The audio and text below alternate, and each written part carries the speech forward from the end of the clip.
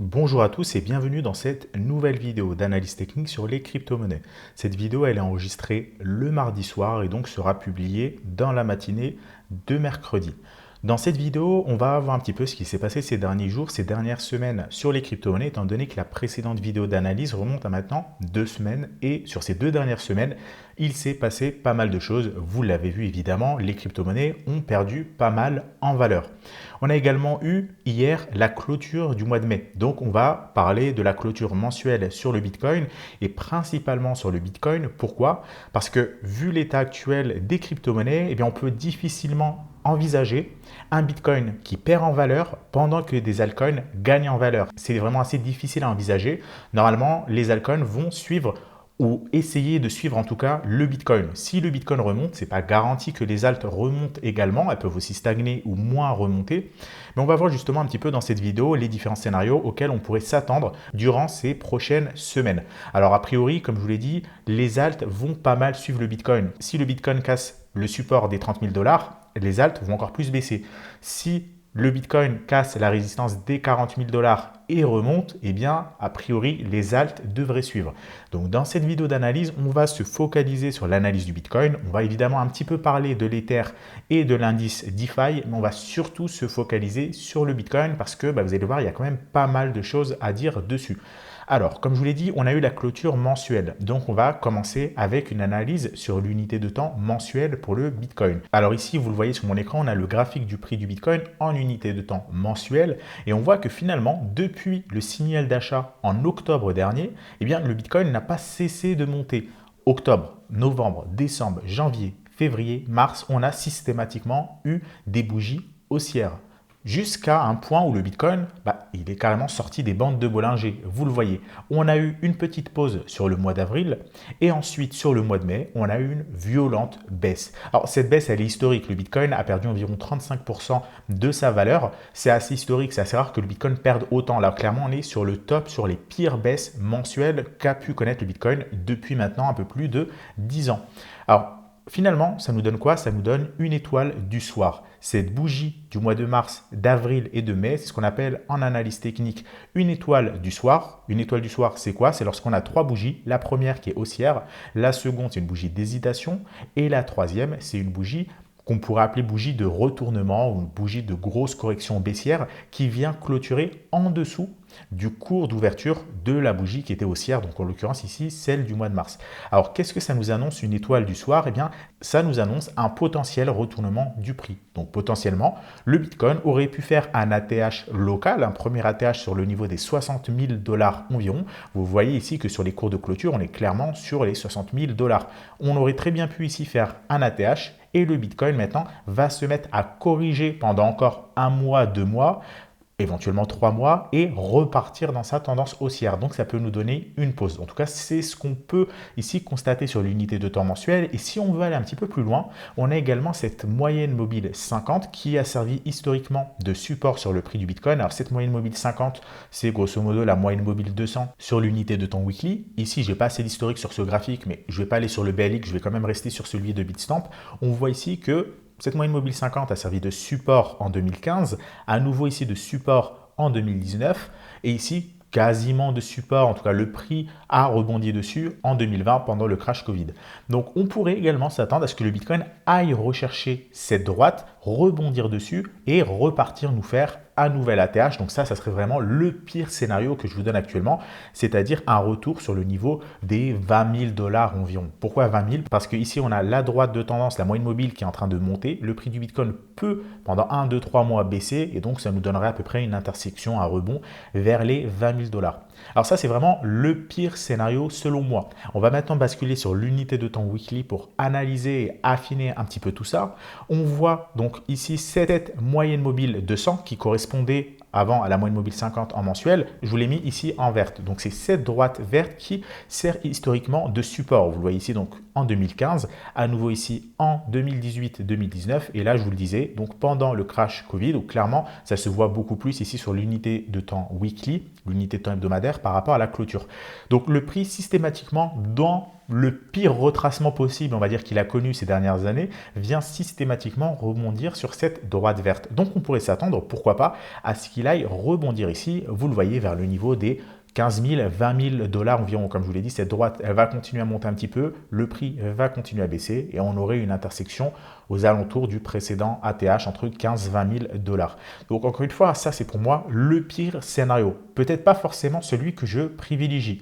On en a un autre qui est un scénario de baisse intermédiaire ou plutôt un scénario de consolidation, c'est ici sur l'unité de temps weekly. Si on zoome, on regarde les bandes de Bollinger. Les bandes de Bollinger, elles sont en train de s'aplatir et donc on pourrait s'attendre pour les prochains mois, en tout cas jusqu'à la fin de l'été, à une consolidation sur le prix du Bitcoin entre la borne haute et la borne basse des bandes de Bollinger. Vous voyez ici, le prix a rebondi sur la borne basse des bandes de Bollinger. Il a clôturé dessus il y a 2 semaines, la semaine dernière également, et donc là, dimanche dernier. Donc on a eu ces 3 dernières semaines où on a clôturé à proximité de la borne basse des bandes de Bollinger.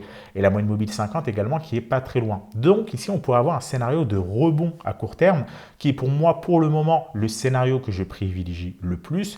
C'est-à-dire qu'on repartirait ici, rechercher le niveau environ des 45 000 à 50 000 dollars sur le Bitcoin, retracer un petit peu, remonter et voilà, purger un petit peu toute la hausse et la baisse. En fait, la hausse de volatilité qu'on a eu ces derniers mois sur le prix du Bitcoin, purger un petit peu tout ça sur juin, juillet, août, bien consolider au niveau des bandes de Bollinger. Ça permettra également à la moyenne mobile 50 de remonter un petit peu. Ensuite, de nous donner un nouveau signal d'achat, recasser les 60 000 dollars et aller faire un nouvel ATH. Pour le moment, c'est le scénario que je privilégie, mais évidemment à une condition. Et cette condition, eh bien, on va basculer sur l'unité de temps daily pour voir un petit peu plus en détail tout ça. Donc sur l'unité de temps daily, vous le voyez, je dézoome un petit peu. Le prix du Bitcoin, il est bien monté ces derniers mois, depuis le mois d'octobre. Vous le voyez, octobre, novembre, décembre, etc. Il est bien monté. Depuis le début de l'année, il a un petit peu plus de mal. Il consolide depuis environ la mi-février. On consolide entre les 50 000 et les 60 000 dollars.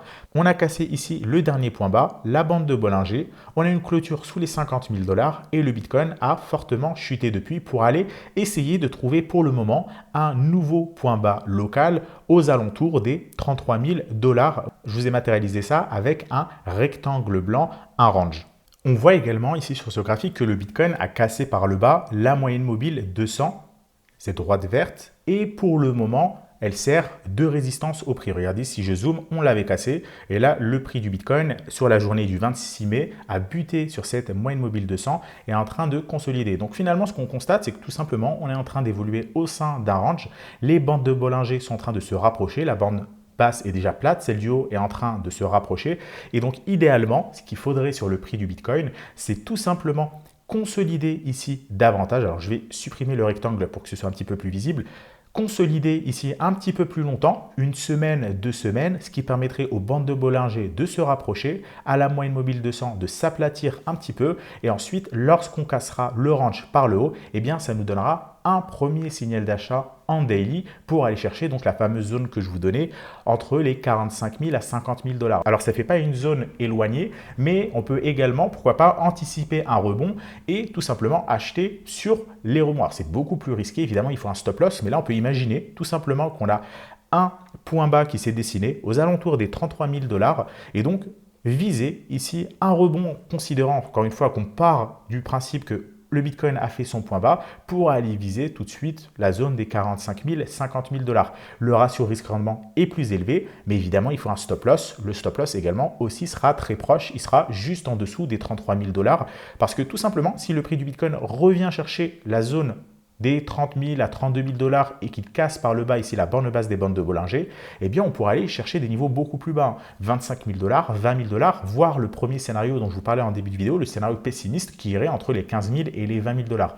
Encore une fois, ce n'est pas un scénario que je privilégie, mais il ne faut pas l'écarter. Donc, je pense que ça peut se tenter de soit tout simplement acheter maintenant avec un stop loss juste en dessous des 33 000 dollars ou bien attendre une plus longue consolidation, qu'on casse par le haut le dernier point haut. Vous voyez, si on a dessiné un point haut vers les 40 000 dollars, on cassera également la moyenne mobile 200 et en plus la valeur ronde des 40 000 dollars. Donc, on augmente un petit peu plus le taux de réussite, mais évidemment, on diminue aussi un petit peu les gains potentiels. Tout ça pour aller chercher encore une fois la zone des 45 000, 50 000 qui est vraiment le premier objectif.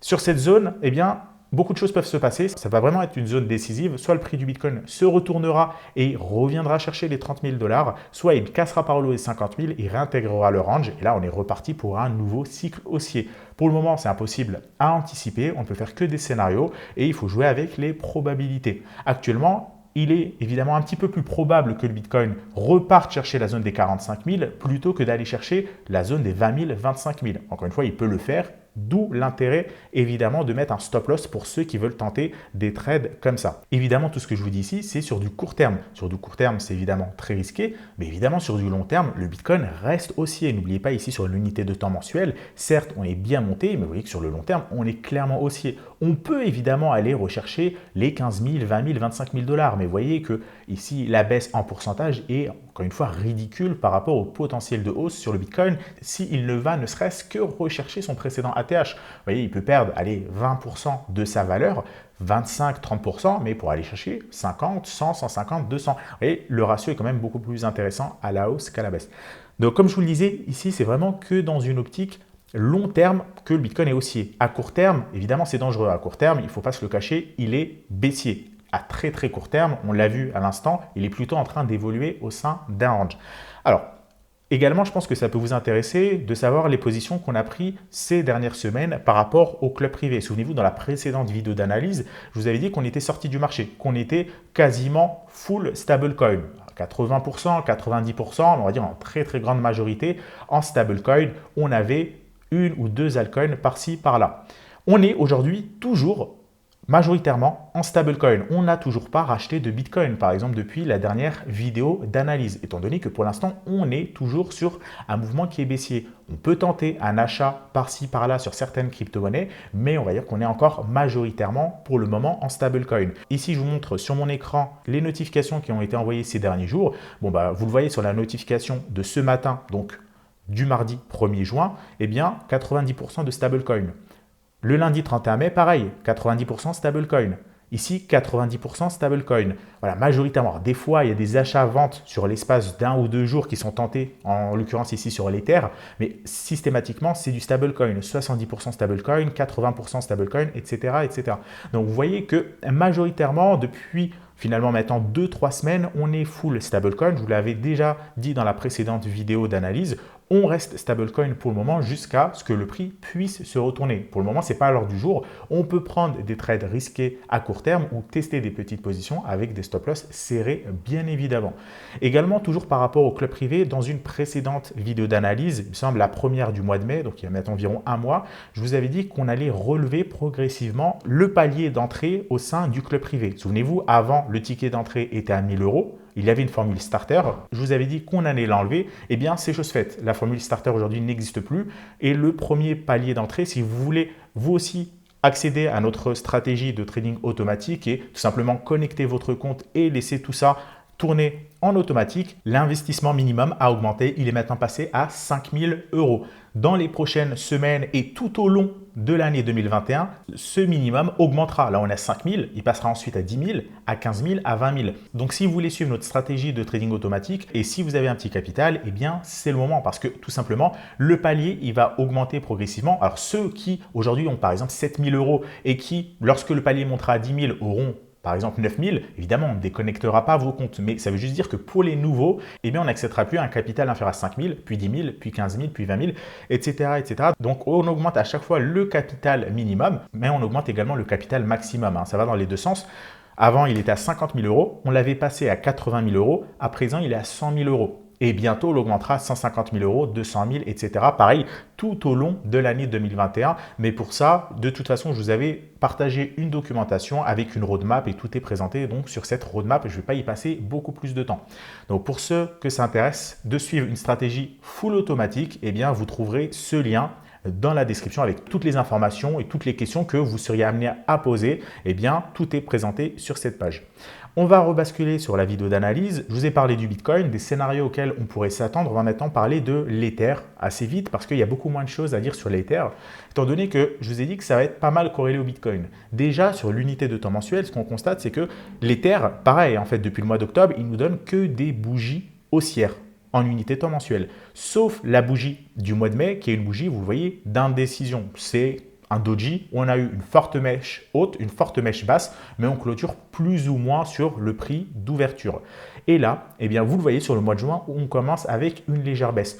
Donc, rien à dire de plus. La tendance à long terme, en unité de temps mensuelle, comme avec le Bitcoin, elle n'est absolument pas remise en cause. On a juste une bougie d'indécision. Mais ça ne veut pas dire qu'on a un mouvement qui s'est complètement retourné. Pour le moment, ce n'est absolument pas le cas. On a certes de l'indécision, on a un petit peu de panique, un petit peu de peur, mais à long terme, la tendance, elle est toujours haussière. On bascule maintenant sur l'unité de temps weekly. Sur l'unité de temps weekly, pareil, on voit que le prix de l'Ether est fortement monté. Là, il a réintégré les bandes de Bollinger, mais pareil, on n'est absolument pas dans un retournement de tendance. On peut aller très bien ici chercher le niveau des 1000 $, 1200 $, on va dire, sur l'Ether sans aucun problème. Ça permettrait de rebondir sur la borne basse des bandes de Bollinger, de la moyenne mobile 50 et de repartir dans un nouveau cycle haussier. Encore une fois, on a clairement de la marge à la baisse sur les altcoins. Mais ça ne remet absolument pas, encore une fois, en cause le bull market dans lequel on se trouve depuis maintenant des mois. Vous le savez, pour ceux qui étaient là en 2017, on avait des forts retracements, plusieurs retracements de 25, 30, 40% sur les alts, sur le Bitcoin déjà, et sur les alts, voire même plus, même 50% et plus. Donc là, on a juste la première panique, on va dire, depuis que le bull market a commencé. Mais en 2017, ça s'est déjà produit à nombreuses reprises. Donc là, c'est la première panique. Il y en aura probablement d'autres. Peut-être qu'il y en aura une autre dans 3-4 mois, etc., etc. Pour le moment, le bull market, encore une fois, n'est pas remis en cause avec les informations qu'on a aujourd'hui. Encore une fois, dans tous les cas, comme je vous l'ai dit, nous, par rapport à la stratégie automatique, on est déjà quasiment full stablecoin à 90%. Donc, si le prix continue à baisser, tant mieux, ça nous permettra de racheter des altcoins plus bas. Si le prix remonte, c'est pas grave. Il a bien purgé, on est sorti en haut, donc ça nous permettra d'acheter moins cher que là où on a vendu. Donc, en fait, peu importe le scénario, dans tous les cas, on va être gagnant.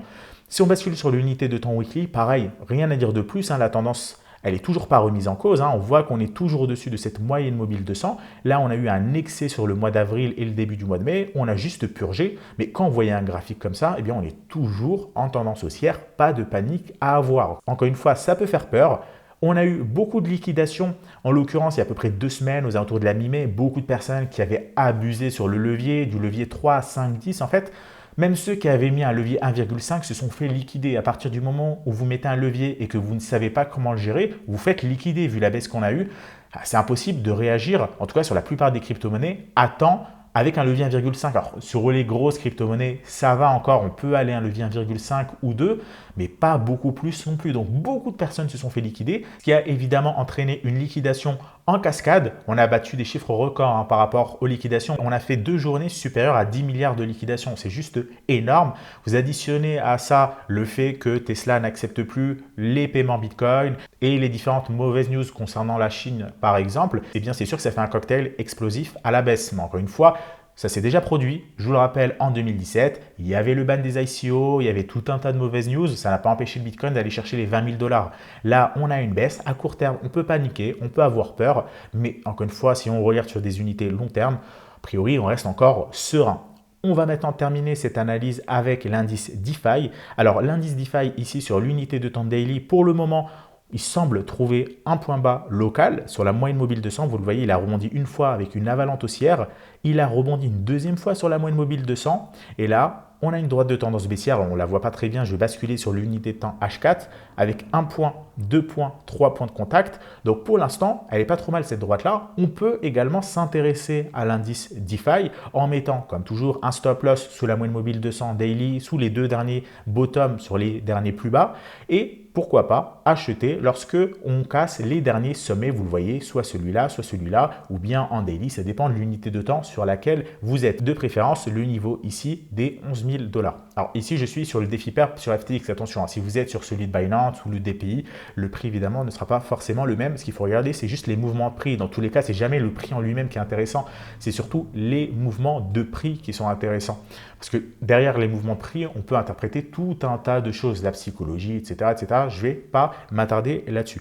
Donc, vous le voyez, ici pour le moment, la tendance, elle est plutôt neutre, on va dire, sur l'unité de temps daily depuis maintenant 2 semaines environ. On est en train de consolider, un petit peu comme avec le Bitcoin. Donc, soit on casse le dernier point haut et là, on est reparti faire des nouveaux ATH. Attention, je ne dis pas que ça va se faire en 2-3 jours, ça va prendre quelques semaines pour aller retrouver les derniers ATH. Mais bon, encore une fois, quelques semaines à l'échelle de la baisse qu'on a eue là, c'est pas beaucoup. Il faut quand même digérer une baisse assez violente. Donc voilà, avec un stop loss, comme je vous le disais, sous les derniers plus bas, comme toujours, au cas où le prix casse ici ce range et purge beaucoup plus. Encore une fois, vous l'avez deviné, mon scénario privilégié pour le moment, c'est plutôt de continuer à ranger pendant une semaine ou deux et ensuite de casser le range par le haut et d'avoir à court terme, pendant quelques petites journées, semaines, eh bien, une impulsion haussière. Et après, lorsqu'on se rapprochera de la zone fatidique des 45 000 à 50 000 dollars sur le Bitcoin, on avisera. Évidemment, ça, c'est le scénario privilégié. Si on casse sur le Bitcoin le support des 32 000 dollars environ, bah là, ça remettra évidemment en cause ce rebond et on sera parti pour une purge encore plus basse. Donc voilà un petit peu par rapport à l'analyse des crypto-monnaies, principalement du Bitcoin, comme je vous l'ai dit, parce que ça dépend beaucoup du Bitcoin. Vous commencez à le savoir maintenant. Si vous avez apprécié cette vidéo, comme d'habitude, n'oubliez pas de me le faire savoir en laissant un like sous la vidéo. Je vous rappelle que le lien pour ceux qui s'intéressent à notre stratégie automatique se trouve dans la description de cette vidéo. Je vous rappelle que les paliers vont être amenés à progressivement augmenter tout au long de l'année, 5 000, 10 000, 15 000, 20 000, etc. pour qu'à terme, on ait une barrière d'entrée plus élevée. Si vous avez des questions, n'hésitez pas à nous contacter par email à contact@tradingducoin.com ou à écrire un commentaire sous la vidéo et évidemment, on vous répondra. Je vous remercie d'avoir suivi cette vidéo. Je vous souhaite à tous une excellente journée et on se retrouve la semaine prochaine pour une nouvelle vidéo d'analyse sur les crypto-monnaies. À très bientôt.